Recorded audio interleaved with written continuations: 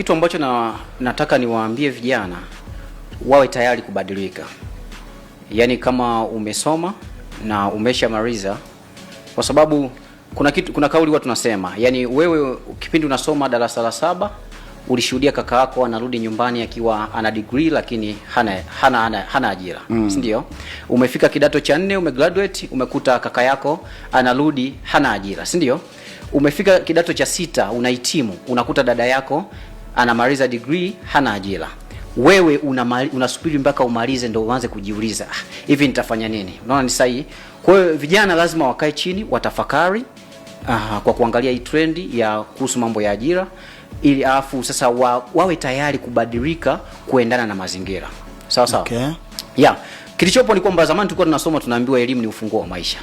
Lakini Gen Z kipindi tunazaliwa tunakuta kitasa kimebadilishwa. Kwa hiyo tumekuja kuwa na funguo ambayo haifungui. Umeelewa? Yeah, sure.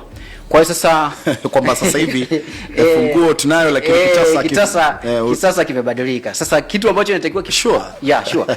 Kitasa kimebadilika. Okay. Kwa sababu kipindi hicho mimi nakumbuka mabraza wakisoma unakuta anaingia kwenye mfumo. Kama kasoma ualimu, tena kipindi hicho nasikia enzi za nyuma kabisa wanasema wanatangaza kabisa wanatafuta watu waonekani. Walimu bwana.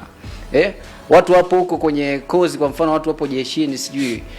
Yaani watu wanachukuliwa tu, unaona? Okay. Mambo yalikuwa simple sana. Yaani kitasa kipo kinakusubiri. Yaani unasoma unajua uhakika. Okay. Sio? Yeah, lakini right now ndio hivyo unavyoona wewe mwenyewe. Na katika kada zote sasa. Zamani ilifika kipindi tukaona kama madaktari ndio bado wana soko na nini, lakini sasa hivi uwembe unaenda kunyoa wote. Itafika kipindi hadi madaktari itakuwa pagumu. Kila position inakuwa ni ngumu. Patakuwa pagumu. Kwa hiyo kuna wengine wanaweza kusema mimi mwanangu nitamfundisha udaktari na nini atatoboa. Bado tutafika kipindi ambacho kila ajira itakuwa ngumu kuipata. Okay. Yeah. Inaweza kafikia kipindi kwamba hata mzazi kamuuma ile ada ambayo analipa kiamini kwamba huyu anaweza akasoma fakarudi nyumbani. Yeah, sure, lakini lazima, yani tuna deni kubwa sana la kufanya transformation. Unajua unapofanya mabadiliko kwanza yanachukua muda na lazima yawafikie makundi mbalimbali. Sawa sawa? Kwa mfano kufeli kwa vijana kunachangiwa pia na familia, malezi, si ndio? Kwa hiyo hata transformation ambayo tunazitarajia, kijana atakaa chini atajifanyia mabadiliko, atajitathmini, ataona niende njia gani ili niweze kufanyaje kufikia malengo yangu. Lakini kwa uwanda mkubwa lazima watoa elimu kwa jamii, wawafikie hadi wazazi, walezi, umeona? Kuhusiana na malezi mazuri ya vijana. Yaani wazazi na tutakiwa tufike kipindi tumuandae kijana kwa ajili ya mapambano. Maisha ya sasa ni mapambano makali. Yeah. Pasipo kutegemea kile ambacho yeye anaamini amekipata kutoka chuo. Yeah, sure. Yaani hapana, yaani wazazi kipindi hicho anaamini akisomesha mtoto tayari anakuwa mkombozi. Lakini this time vuta picha kwamba mimi kwa mfano nimetoka kijijini kwetu pale. Nimetoka kijijini kwetu labda let's say Ulanda, si ndio? Vijijini sana, sio? Nimetoka zangu kule, familia ilikomaa kwa kila namna. Imeuza nyumba, imeuza mashamba, imefanyaje, imenisomesha. Ikiamini siku moja nitafanyaje?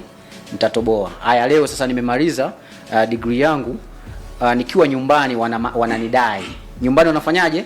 Wananidai, si waliwekeza, okay. Ndio? Home waliwekeza. Wanaamini hapa tunawekeza kwa mwanetu, atafanyaje? Atatusaidia. Nimefika chuo kikuu, serikali nayo ikawekeza. Umeona? Serikali nayo imewekeza. Kwa hiyo sasa hivi nimemaliza na kuwa na madeni ya aina mbili.